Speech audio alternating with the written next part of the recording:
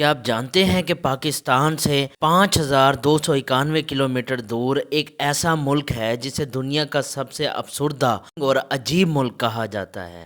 اس ملک کا نام ہے نارتھ کوریا، ایک ایسا ملک جو پوری دنیا سے جدا ہے۔ اگر آپ وہاں جاتے ہیں تو آپ وہاں مقامی گائیڈ کے بغیر سفر نہیں کر سکتے، کیونکہ اس ملک میں نہ وائی فائی ہے، نہ فیس بک ہے، نہ ٹک ٹاک ہے، نہ ہی یوٹیوب ہے، نہ ہی اس ملک کا باہر کی دنیا سے کوئی کنیکشن ہے۔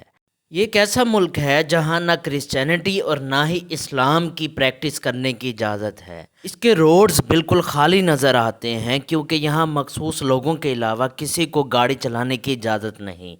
یہاں ٹیلی ویژن پر صرف اور صرف 3 چینل ہی آتے ہیں جن کی نگرانی حکومت خود کرتی ہے، اور ٹیلی ویژن کا مقصد صرف اور صرف نارتھ کوریا اور کم جونگ کی تعریفیں کرنا ہے۔ یہاں تہوار صرف اور صرف آرمی سے منسلک ہیں۔ ان تمام چیزوں کو مد نظر رکھتے ہوئے نظر آتا ہے کہ یہ کوئی امیر ملک ہوگا، مگر در حقیقت یہ ایک غریب ملک ہے۔ یہاں دن کے اکثر اوقات میں بجلی کی فراہمی معطل رہتی ہے، جبکہ مکمل رات بجلی نہیں ہوتی۔ یہ ملک ایک جیل کی طرح ہے۔ جب کوئی ٹورسٹ ملک چھوڑ کر واپس اپنے ملک جاتا ہے تو یہاں کی آرمی اس کی مکمل تلاشی لیتی ہے، اور صرف یہی نہیں، اس کا فون کا مکمل ڈیٹا چیک کیا جاتا ہے۔ یہاں عجیب و غریب قوانین نافذ ہیں۔ یہاں 3 جنریشن پنشمنٹ کا قانون نافذ ہے۔ مثال کے طور پر اگر کوئی شخص جرم کرتا ہے تو نہ صرف اس کو سزا دی جاتی ہے بلکہ اس کے ساتھ ساتھ اس کی فیملی کو، اس کے بچوں کو اور اس کے گرینڈ چلڈرن کو بھی سزا دی جاتی ہے۔ یہاں بجلی کا زیادہ استعمال قانوناً جرم ہے۔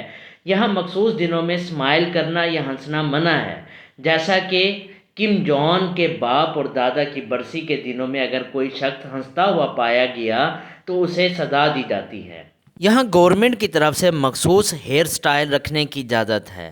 گورنمنٹ کے بتائے گئے ہیئر سٹائل کے علاوہ اگر کوئی شخص اپنی مرضی کا ہیئر سٹائل رکھتا ہے تو اس کو سزا دی جاتی ہے۔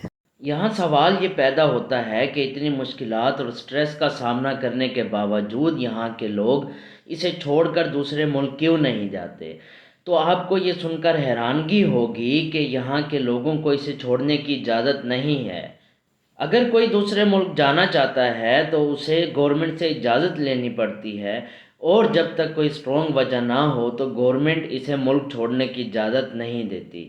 پھر سوال یہ پیدا ہوتا ہے کہ لوگ بارڈر کے ذریعے دوسرے ملک کیوں نہیں جاتے؟ تو اس کا جواب یہ ہے کہ اس کی ایک طرف ساؤتھ کوریا ہے جس سے اس ملک کے تعلقات اچھے نہیں ہیں۔ اگر کوئی شخص اس جانب جائے گا تو اسے فائر کر کے مار دیا جائے گا، جبکہ اس کی دوسری جانب چائنا ہے جن سے ان کے تعلقات تو بہتر ہیں، مگر ان دونوں ملکوں کے درمیان یہ ایگریمنٹ ہے کہ اگر نارتھ کوریا کا کوئی شخص چائنا میں داخل ہوگا تو اسے واپس نارتھ کوریا بھیج دیا جائے گا، اور ایسی صورت میں اس شخص کے خلاف نارتھ کوریا میں مقدمہ چلایا جاتا ہے جو کہ بغاوت کا مقدمہ ہے، جس کی سزائے موت ہے۔ اس ملک کے شمال میں رشیا موجود ہے۔ رشیا واحد ملک ہے جہاں پر اس ملک کے باشندے جا کر کام کر سکتے ہیں، مگر اس دوران بھی یہاں کی گورنمنٹ اپنے باشندوں کو مکمل اور مسلسل مانیٹر کرتی رہتی ہے۔ یہاں کے لوگوں کے لیے آخری آپشن یہ ہے کہ وہ سمندر کے ذریعے جاپان چلے جائیں، مگر آپ کو یہ سن کر حیرت ہوگی کہ یہاں کے لوگوں کو اس بات کی اجازت نہیں کہ وہ بوٹ بنا سکیں یا کاروبار کر سکیں۔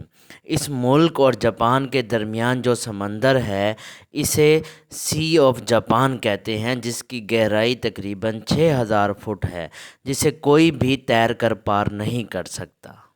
ان تمام وجوہات کی وجہ سے اس ملک کو most depressing country of the world کہا جاتا ہے۔